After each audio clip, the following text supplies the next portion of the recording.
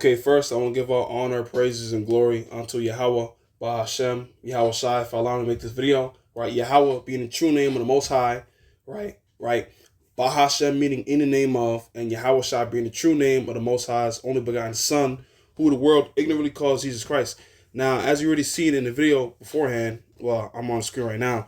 This is gonna be a really short video, but the first thing that came to mind when I seen this was it occurred in the book of Deuteronomy that I'm gonna bring up momentarily. That when we went to war, when we Israelites, right? You Israelites today, are you blacks, Hispanics, Native Americans, and Latinos, right? You're part of the 12 tribes of Israel, right?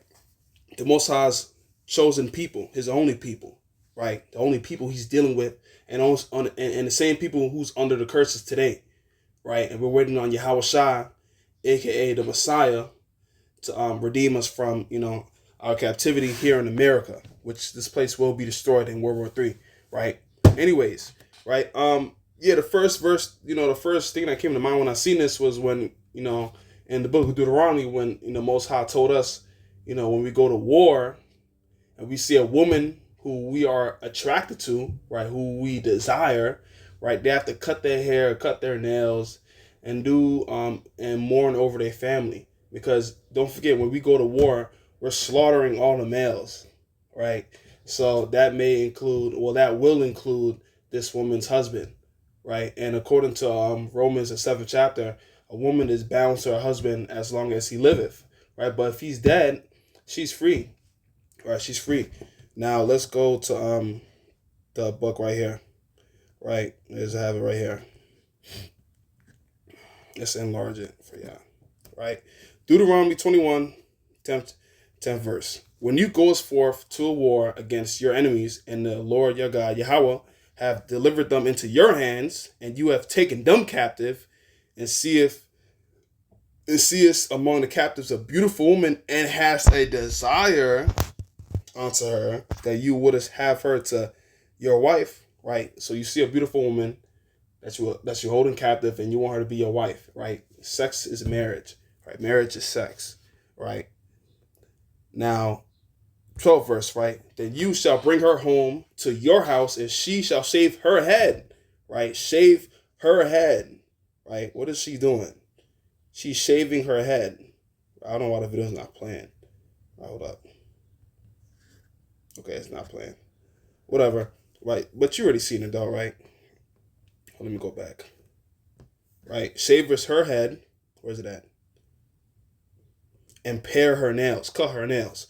And she shall put the raiment of her captivity from off her, and shall remain in your house, and bewail her father and her mother a full month.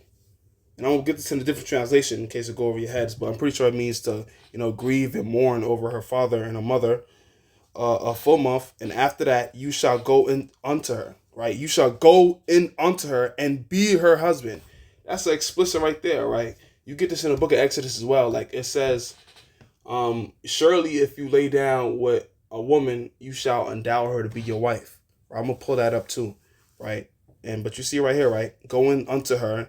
You going in onto her. What do you think you're doing? You're going in. You're going inside her. Okay? And it shall be, if you have no delight in her, then you shall let her go with her she will, but you shall not sell her at all for money. You shall not make merchandise of her, because you has humbled her, right? You put your rod inside her. And these go for the people who say you can't have multiple wives or 2 wives or 3 wives.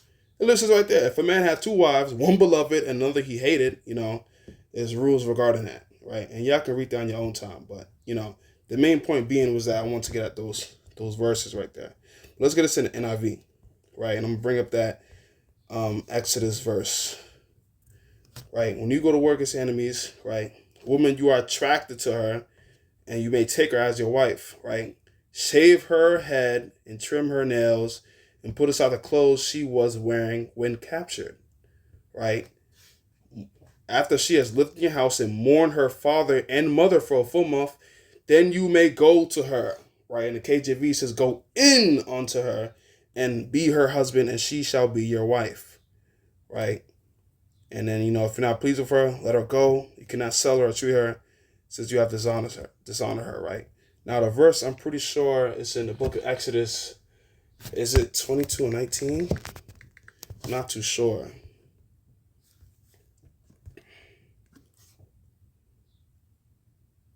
22 and 16. Hold on, let me get this in a KJV. Because I'm not reading, I don't read this in an NIV sometimes. 22. Yeah, 22 and 16. And if a maid, Shalakia, which means forgive me, right? And if a man entice a maid that is not betrothed and lie with her, he shall surely endow her to be his wife. Now, when we went to war and we, slaved the males, and you could even read Numbers 31, right? Or put these people as our slaves, right? As our servants, right? Whatever the case may be. Now, when this woman literally has a man, and this is, you can read this in the book of Romans, like the first couple of verses too. Romans the 7th chapter, to be more specific. When her husband is alive, you cannot do anything with her, right? Now, if her husband is dead, she's free. She's free to go, okay? Now, if a man entice a maid that is not betrothed and lie with her, he shall surely endow her to be his wife. Sex is marriage, man. Okay, now let's get Romans the 7th chapter, right, to clarify. We can get 2 and 3. For the woman which have an husband is bound by the law to her husband so long as he liveth. But if the husband be dead, she is loosed from the law of her husband. So then, if while her husband liveth, she be married to another man, guess what? She shall be called an adulteress. But if her husband be dead, she is free from that law, so that she is no adulteress, though she be married to another man. And if you say, now that those laws are not, are not present in this time, like we can't live by those laws no more. Scroll up. Know ye not? This is the first verse. Know ye not, brethren, for I speak to them that know the law, how that the law have dominion over a man as long as he liveth. Right? Isn't sin transgression of the law? Right? So it's transgression of what? The law. That's what sin is. Right? We get that in the book of might be in 1st or 2nd John, I'm not too sure. Will it let me search up? No. Let's get this in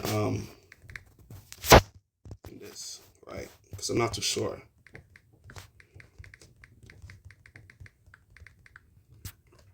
First John 3 and 4. Whosoever committeth sin transgresseth also the law. For sin is the transgression of the law. So how could you say, the law is done away with when sin is literally attached to the law, right? And it's attached because if you sin, then you're breaking the law. You can't have one without the other, right? It's literally intertwined, right? Come on. And you get this. Let's get Romans 6 and 23, because I made a video on this not too long ago, right? But, this video is going to be very short. This is Romans 6 and, no, which one was it? Let's see. Yeah, 6 and 14. Was it 6:14? Should be 6:14. Yeah, because this looks familiar. Right? For sin shall not have dominion over you, for ye are not under the law, but under grace. Exactly. We're under grace as of right now. But we still need faith, we need works, and we need to keep the law to the best of our ability. Right? What then? Shall we sin because we're not under the law, but under grace? God forbid. Right? So, and even then, right, as you've seen in Romans 7th chapter, this is Romans 6th chapter, by the way. This is literally a chapter before the 7th. So next chapter, you're going to get clarification that while we're not under the law, right, we still have to keep it, right, because we're under the law as long as we liveth, right? Come on, right? Have dominion over a man as long as he liveth. So what does that tell you? We have to keep the law and keep the faith, right? And keep the and we're under grace right now and have works. right? And we get that the works part that's in James, should be the second chapter, right? For as the body without the spirit is dead, so faith without works is dead also, right? So faith without works is dead also. So we need faith and we need works, right? We also get this in the book of Second Esdras as well, and I don't know what chapter it is, right? But maybe let's just try to go find it, right? Is it the sixth chapter maybe? It said those who shall escape, right? Those who shall escape.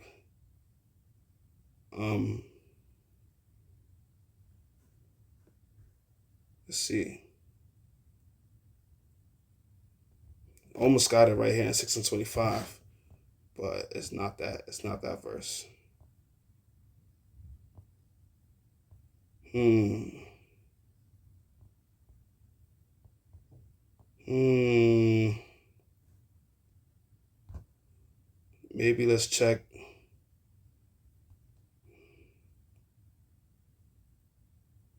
I don't think it's that verse.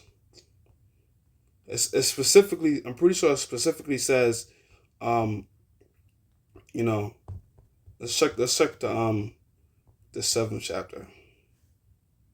I don't think it's the seventh chapter though. It might be the eighth chapter. Let's see. Look, this is another verse right here too. Perfect. And the earth shall restore those that are asleep in her, and so shall the dust those that dwell in silence and secret places shall deliver those. If that goes towards the dead being brought back up when Yahweh Shah returns. I have to read that more carefully, but I'm really trying to find this verse.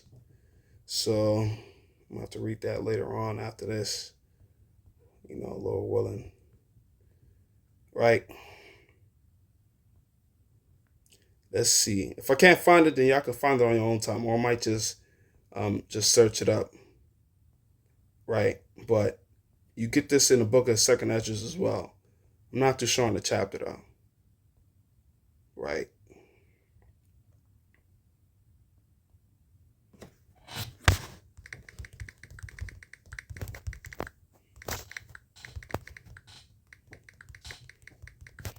Let's see if we can find it. Yeah, ninth chapter, right? And everyone that shall be saved, right? And everyone that shall be saved and shall be able to escape by his works and by faith, whereby ye have believed, right? So I was one chapter off, right? But there you have it. With that, we'll give all honor, praises, and glory unto Yahweh, by Hashem Yahweh Shai, for allowing me to make this video, right? Lord willing, you edify. Lord willing, you see me next. And with that, I'm going to say strong. Shalom, shalom.